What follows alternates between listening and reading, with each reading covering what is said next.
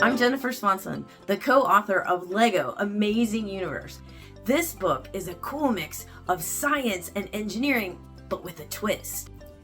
I love to write books about science because I'm a curious person, and I hope that readers that enjoy my books, they will also want to learn more about the world around them, just like I do. So one of the other books I've written is Lego Amazing Earth. And this is all about ecosystems and environments and biomes on our very own planet. This book will not only give you tips and explain some of these awesome systems, but it gives you a way to build them. So you could build even a rainforest, a desert, or an earthquake in this book. Another book that I have written is Brain Games by National Geographic Kids. And this book explores the amazing computer that's inside your head called your brain. There's lots of fun activities to do as you read it. But basically, any of the books that you find that I write are all about exploring your world and being curious. My top tip for reading is to find a time that works for you. For me, that's at night.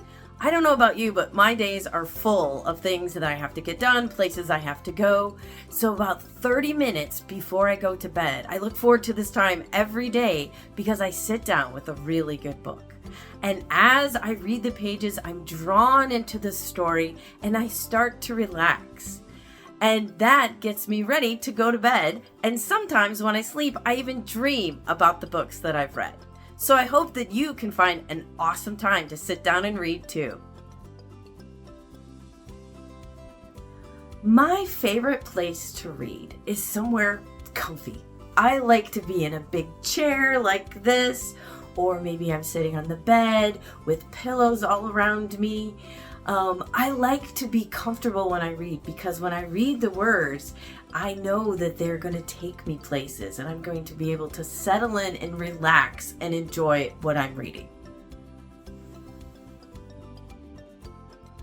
So the books that I would love to read more of would be action, adventure, mystery books because I can go places that I've never been before.